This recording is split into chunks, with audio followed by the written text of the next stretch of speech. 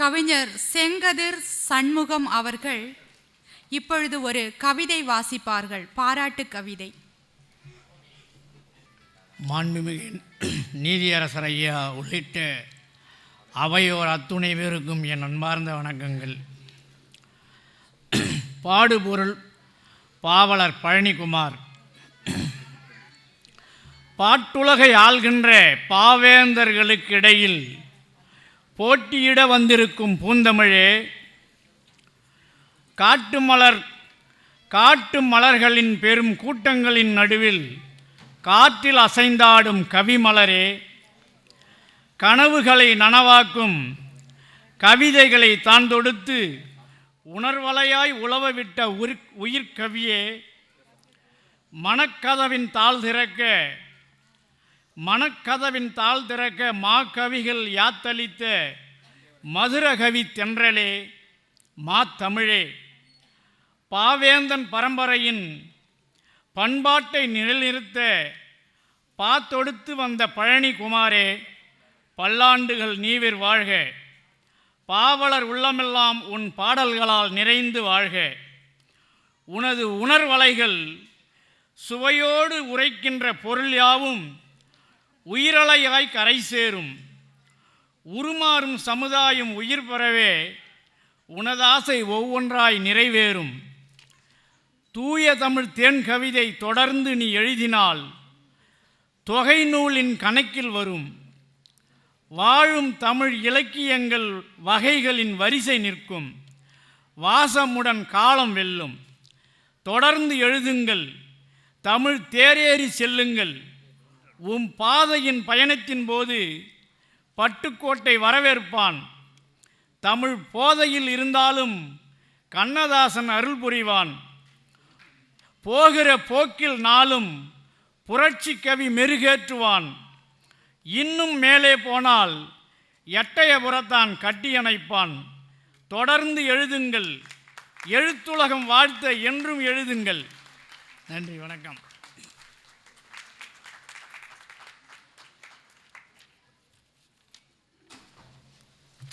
எழுத்து தளத்திலிருந்து வந்திருக்கும் நண்பர்கள் டாக்டர் கவிஞர் வினோத் கண்ணன் அவர்களை தொடர்பு கொள்ளும்படி அன்புடன் கேட்டுக்கொள்கிறோம். அரங்கத்திற்கு வெளியே காத்திருந்து தொடர்பு கொள்ளும்படி அன்புடன் கேட்டுக்கொள்கிறோம். இப்பொழுது குடும்ப உறுப்பினர்களில் சிலர் கௌரவிக்கப்படுகிறார்கள். திரு சிவகுமார் அவர்கள் பொன்னாடை போர்த்தி கௌரவிக்கப்படுகிறார்கள்.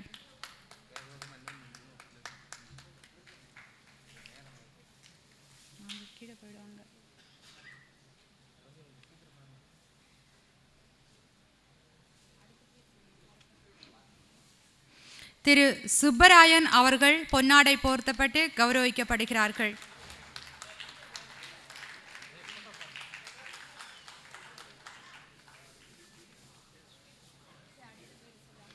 டாக்டர் சிங்கார வடிவேலு பொன்னாடை போர்த்தப்பட்டு கௌரவிக்கப்படுகிறார்கள்.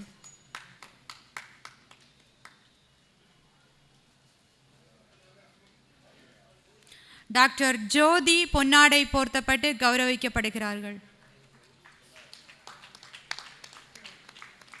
சுவாமிநாதா அவர்கள் பொன்னாடை போர்த்தப்பட்டு கௌரவிக்கப்படுத்தப்படுகிறார்கள். டாக்டர் ஸ்ரீதர் அவர்கள் பொன்னாடை அணிவிக்கப்பட்டு கௌரவப்படுத்தப்படுகிறார்கள்.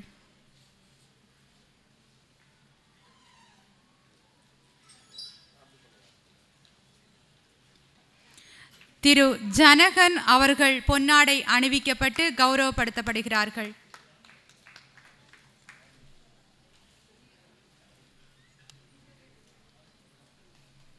விழாவின் நிகழ்வுகள் இன்னும் தொடர்ந்த வண்ணம்தான் இருக்கின்றன. விழாவின் முடிவில் அனைவருக்கும் சுவையான இரவு உணவு தயார் செய்யப்பட்டிருக்கிறது. அனைவரும் பொறுமையாக அமர்ந்து உண்டு செல்லும்படி அன்புடன் கேட்டுக்கொள்கிறோம்.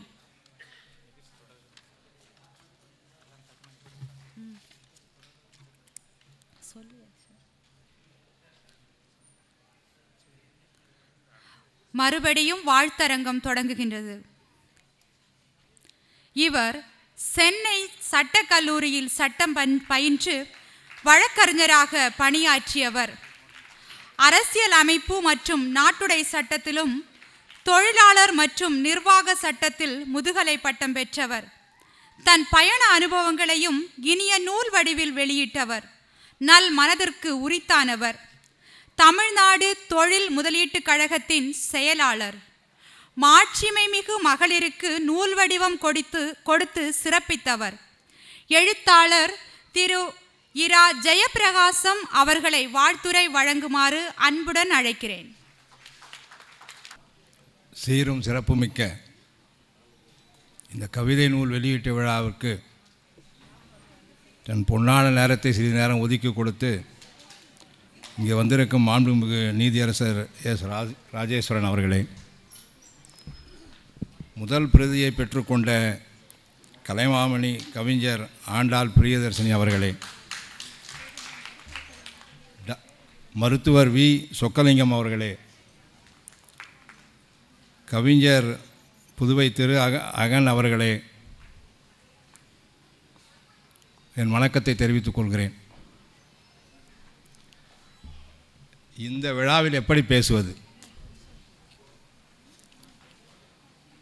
எழுத்து.com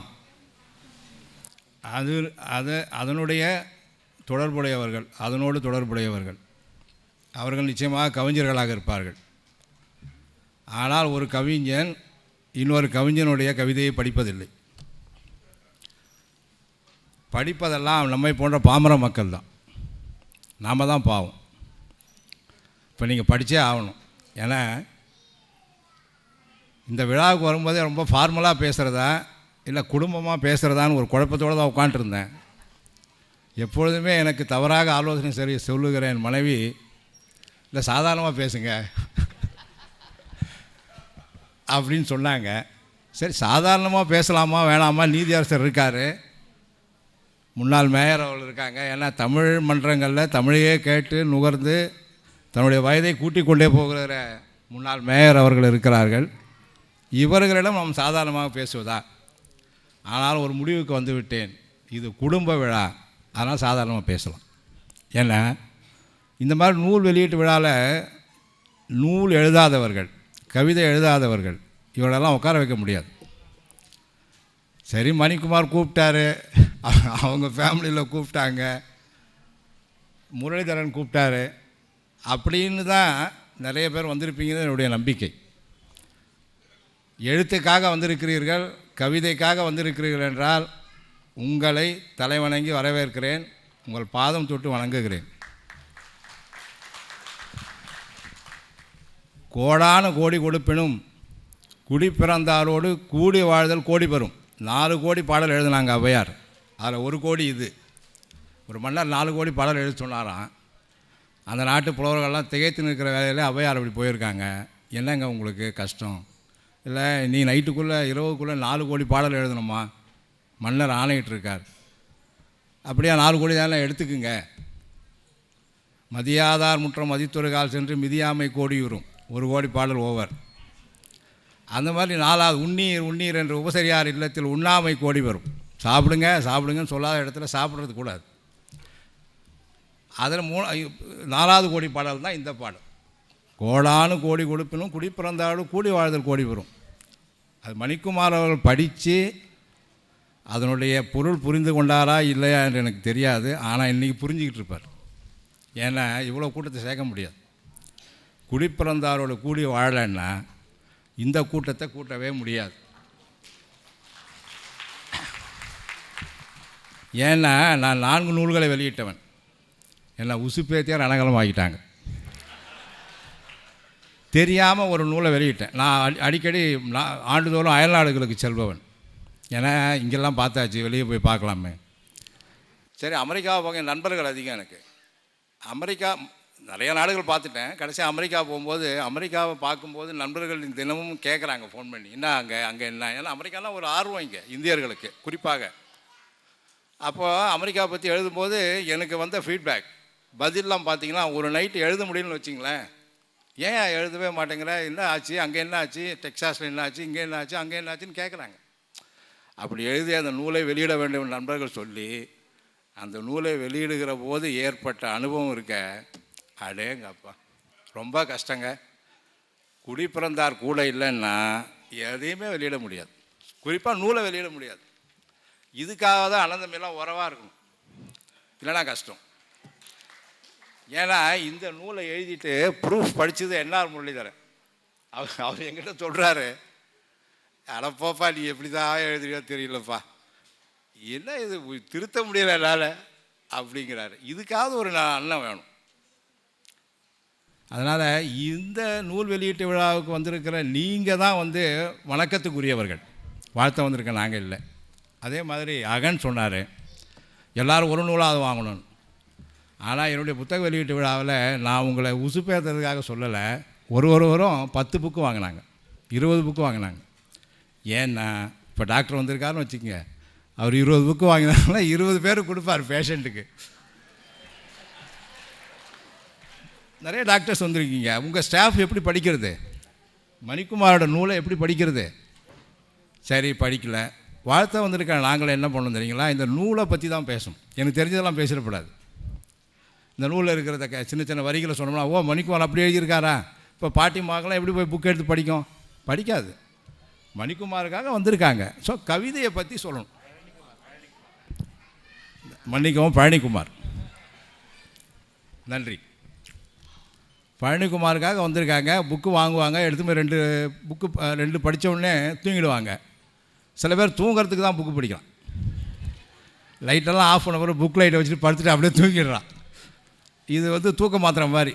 டாக்டர் கவனிக்கணும். ஏன்னா சில பேர் தூக்கம் வரலாம், புக்கை படிக்க சொல்லுங்கள். கவிதை எப்படி எழுதுறது? மரபாக எழுதுறதா? இந்த அசை சீர் தலை, தலை தட்டாமல் எழுதுவது, தலை தட்டாமல் எழுதுவது, அசையாமல் எழுதுவது, சீர் கெடாமல் எழுதுவது, இப்படி யோசனை பண்ணியே நிறைய பேர் கவிதை எழுதுறதில்லை. தெரியும், 2 வரி சொல்லலாம், அன்பே ஆரம்புதே அப்படின்னு உழைச்சி பார்த்து கூட சொல்லலாம், அது கூட ஒரு கவிதை தான். ஆனால் இப்போ எப்படின்னு கேட்டிங்கன்னா, அந்த கவிதை எழுது நம்மக்கிட்ட ஆங்கிலம் பேசுவது போல். படித்தவங்க தான் நம்ம ஆங்கிலம்தான், இங்கிலீஷ் மீடியத்தில் தான் படிச்சிருக்கோம். ஆனால் ஒரு சென்டென்ஸை பேசிட்டோம்னா அதில் தப்பு இருந்திருக்குமோ, அதில் ஏதாவது பாஸ்ட் டென்ஸு குறைஞ்சிருக்குமோ, அவங்க நம்மளை அசிங்கமாக நினைப்பாங்களோ, அந்த மாதிரி எண்ணங்கள்லேயே ஆங்கில பயிற்சி எல்லாமே ஆங்கிலம் படித்து கூட, ஆங்கிலத்தில் எம்ஏ படித்து கூட, பிஹெச்டி வாங்கி கூட ஆங்கிலம் பேச முடியாத பேராசிரியர்கள்லாம் இருக்காங்க. சரியா? அதுபோல் தான் கவிதை எழுதுவதும். அந்த காலத்தில் கவிதை பார்த்திங்கன்னா, பூவும் கூம்பின புல்லும் புலம்பின, காணலும் புலம்பு நனியிடத்தே வானம் நம்மே போலும் மும்மர்த்தாகி, எல்லை கழிய புல்லென்றென்று உடனே தோழி, தண்ணிய கமலநாயர் தன்னந்துளைவருக்கு உரைக்கினர் பெறினே. ஏதாவது புரிஞ்சுதா? புரியாது. ஏன்னா நம்ம தமிழ் படிக்கிறதே நிறுத்திட்டோம். ஆனால் அதே கவிதையை அடுத்த காலகட்டங்களில் பூ உறங்குது பொழுதும் உறங்குவது நான் உறங்கவில்லை, காய் உறங்குது கனியும் உறங்குது நான் உறங்கலைன்னு ஒரு பாட்டு. ஸோ கவிதையோட டிரான்ஸ்ஃபார்மேஷன், கவிதை மாறுது. அது மாதிரி தான் பார்த்திங்கன்னா ஒரு கவிதையும். இப்போ கூட பார்த்திங்கன்னா பழைய ஒரு 50 வருடத்துக்கு முன்னே வந்த சினிமா பாடலில், அவன் மனதில் அவள் வருவாள், அவனை பார்த்து சிரிப்பாள். அவன் அவளை விரும்புகிறான். இது கவிதையோட மீனிங். அவன் மனதில் அவள் வருவாள், அவனை பார்த்து சிரிப்பாள். அவன் கனவில், இவள் கனவில் யார் வருவாள், யாரை பார்த்து சிரிப்பாள். இது கூட கொஞ்சம் நீளமாக இருக்குது. அவன் அவளை நினைக்கிறான், ஆனால் அவளோ அவனை நினைக்கல. இது கூட கொஞ்சம் நீளமான கவிதை தான். இந்த காலத்து பசங்க சொல்லி பாருங்களேன், அது என்னங்க என்னமோ சொல்லிகிட்ருக்கீங்க நீங்கள் அப்படின்னு கேட்பான். இப்போ இந்த காலத்தை அதையே எழுதுகிறான் மாற்றி. எப்படி எழுதுகிறான்னா, அவன் மனதில் அவள், அவ்வளோதான், முடிஞ்சு போச்சு. எஸ்எம்எஸ். அவன் மனதில் அவள், அவள் மனதில் யாரோ, இவன் ஆஸ்பத்திரியில். ஷார்ட்டுங்க இது. அதாவது இது கூட ஒரு ஓடுகிற ரயில் புகை வண்டியில் ஒரு கழிவறையில் படித்த வாசகங்கள். இது கவிதைன்னு கூட சொல்லிக்கலாம். ஸோ எப்படியெல்லாம் தெரியுதோ, எப்படியெல்லாம் வருமோ அதெல்லாம் எழுதலாம். அதை எழுதுகிற பொழுது, அது நூல் வடிவமாக வருகிற பொழுது அதை ஊக்குவிக்கிறதுக்கு ஒரு கூட்டம் வேணும். நானாக எழுதிக்கிட்டு நானாக படிச்சுக்கிட்டு அந்த மாதிரி இருக்க முடியாது. அந்த வகையிலே கவிஞர் பழனிக்குமார் அவர்கள் பாக்கியம் செய்திருக்கிறார் முதலில் ஒரு நல்ல தளம் கிடச்சிருக்கு அவர் கவிதைகளை படிப்பதற்கு. நான் புத்தகம் 4 புத்தகங்கள் வெளியிட்டிருக்கேன். அந்த 4 இப்போ தான் குறுகிய காலத்தில் தான் 4 புத்தகங்களை வெளியீட்டு விழாவில் என்னை பார்த்து கேட்டவங்க, அதை தலைமை தாங்கியவர்கள், எப்படி இவ்வளோ பெரிய கூட்டத்தை சேர்க்குற நீ, இப்போல்லாம் 10 பேர் வர்றதில்லை எங்கள் கூட்டத்துக்கு, அப்படி தான். இல்லைங்க, நான் ஒருத்தர் சொன்னார் பக்கத்தில் நண்பர், தவறாக எடுத்துக்கொள்ள வேண்டாம், இல்லைங்க நைட் சாப்பாடு போடுறாரு அவர், அதற்காக அல்ல. என்னோட உறவினர், என்னை தெரிந்தவர்கள், என் எழுத்துக்கள் நம்பிக்கை உள்ளவர்கள் தான் வராங்க. ஏன்னா என்னை விட பெரியவங்க வந்திருக்காங்கலாம். அதுபோல் தான் கவிஞர் பழனிக்குமார் அவர்கள் எழுத்துக்களை ரசிப்பவர்கள் நீங்கள் எல்லாம் வந்திருக்கீங்க. உங்களுக்கு என்னுடைய வணக்கத்தை தெரிவித்து இதுபோல் நிறைய ஊக்கம் கொடுக்கணும் அவருக்கு. நீங்கள் முதலில் இந்த கவிதை நூலை பற்றி சில வரிகளாக பேசிவிட்டு தான் வாழ்த்து சொல்லிவிட்டு தான் அமர வேண்டும். முதல்ல அவர் கூப்பிட்டார், என்ன முரளிதரன், என்னை ஏங்க கூப்பிட்றீங்க அப்படின்னு. இல்லை முதல்ல நீங்கள் வாங்க, நாங்கள்லாம் முதல்ல சொல்லிப்போம், அதுக்கு மன்னிக்க வேண்டும். எங்களுடைய இப்போ பழக்கமே அப்படி தான். அவர் என்னமோ இந்த பக்கத்தில் ஒரு பெரிய திவான் மாதிரியும், எல்லாம் அந்த பக்கத்தில் ஒரு திவான் மாதிரியும் இப்படி பேச்சு வழக்கில் பேசிக்கிறது. அப்போ என்ன ஏங்க